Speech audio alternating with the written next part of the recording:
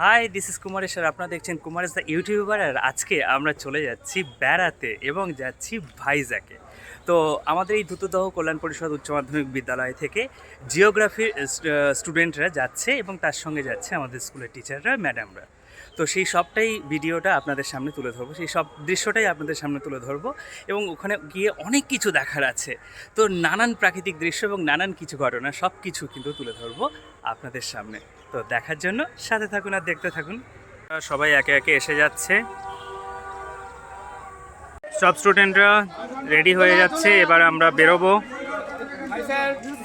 সবাই এখন বাসে উঠছে, গার্জেনরা তাদের ছেলেমেয়েদেরকে বাসে তুলে দিয়ে যাচ্ছেন।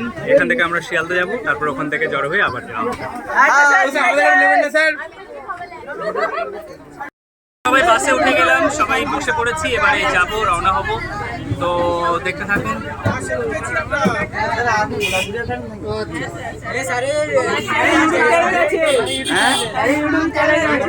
আমরা এখন শিয়ালদায় নেমে গেলাম, এবারে এখান থেকে যাব সাঁতরাগাছি, তো বাসে করে, আর ওখান থেকে ট্রেন। দেখতে থাকুন, সঙ্গে আছে। হ্যাঁ, এই যে দেখা যাচ্ছে অনেকগুলো গাড়ি। এই মুহূর্তে আমরা সাঁতরাগাছি স্টেশনে এসে পৌঁছালাম। এবারে বিকেল 3:25 এখান থেকে ট্রেন আছে। আমরা এখানে একটু রেস্ট নেব, দুপুরে লাঞ্চ সেরে নেব। তবে একটা দুঃখের বিষয় যে ফতেমা আমাদের ছাত্রী, তার ফোনটি চুরি হয়ে গেছে শিয়ালদাহ থেকে।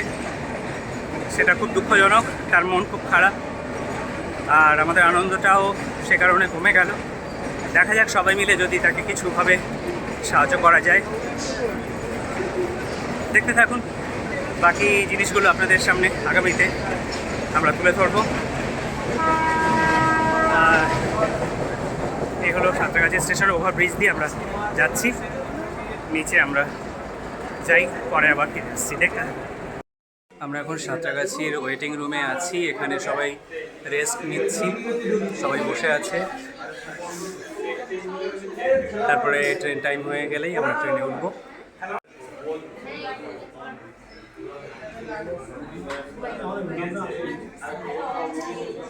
স্টুডেন্টরা বসে আছে, এরা সবাই ট্রেনের জন্য ওয়েট করছে।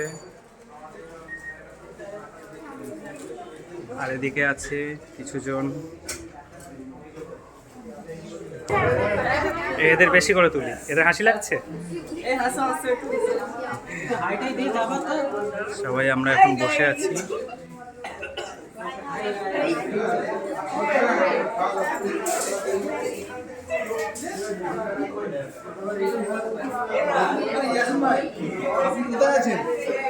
ট্রেনের জন্য ওয়েট করছি, ট্রেনে উঠবো আর একটু পরে।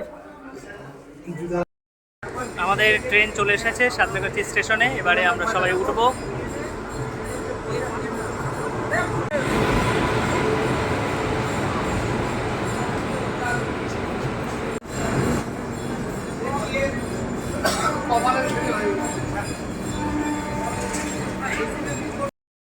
অবশেষে আমরা ট্রেনে উঠে গেলাম, এখন ট্রেন চলছে আর প্রচুর ভিড়। করমণ্ডল এক্সপ্রেস, এখানে আমি আর হাবিবদা দুজনে এখানটায় আছি, আর বাকিরা ওদিকে আছে। তো আবার একটু পরে ফিরে আসছি। শেষ পর্যন্ত আমরা বিশাখাপত্তনম স্টেশনে এসে নামলাম করমণ্ডল এক্সপ্রেস থেকে। এখন ভোরবেলা 5টা বাজে। খুব ভয়ঙ্কর অভিজ্ঞতা, সেটা আমরা পরে শেয়ার করবো আপনাদের সঙ্গে। একেবারে বিধ্বস্ত, সারা রাত জেগে, ক্লান্ত, না টয়লেট, না জল খাওয়া, না খাবার খাওয়া, না শুতে পারা, বসে থাকা, রাত জাগা, একটা ভয়ঙ্কর পরিস্থিতি। তো আগে ফ্রেশ হয়ে নিই, একদম এই ট্রেনে যেন কেউ না আসে। তো পরে ফ্রেশ হয়ে আবার দেখা হচ্ছে। আমরা এখন দেউলি থেকে মর্নিং ওয়াক করতে করতে বিশাখাপত্তনম স্টেশনে এসে পৌঁছে গেছি। মানে ট্রেনের মধ্যে তো কিছু করতে পারিনি আমরা, তাই জন্য প্রাকৃতিক কর্ম করার জন্য এখন প্ল্যাটফর্ম দিয়ে আমরা হাঁটছি। আমরা এখন বিশাখাপত্তনম স্টেশন থেকে বেরিয়ে যাচ্ছি, এবারে বাসে করে যাব আমরা হোটেলে। তো সবাই এখন একেবারে ক্লান্ত শ্রান্ত,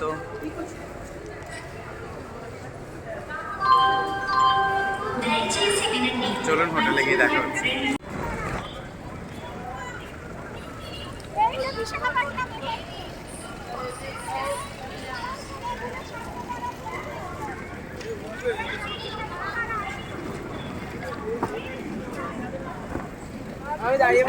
আমরা স্টেশন থেকে বেরিয়ে এখন চলে এসেছি এবং এই যে আমাদের বাস চলে এসেছে। আমরা এখন বাসে উঠবো এবং হোটেলে যাব। রিজার্ভেশন কামরাতেও যে এত পরিমাণ জেনারেলের মতন ভিড় হয় সেটা কিন্তু এই প্রথম অভিজ্ঞতার মধ্যে দিয়ে গেলাম আমরা, তিক্ত অভিজ্ঞতা। তো সে সবটাই শেয়ার করব। আগে ফ্রেশ হয়ে নিই, তারপরে চলুন আগে হোটেলে যাওয়া যাক। বাসে উঠছে এক এক করে, বাসে উঠে গেল। আর এদিকে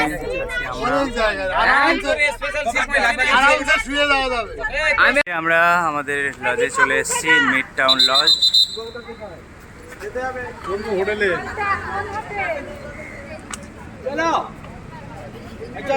সবাই একেবারে ক্লান্ত শ্রান্ত।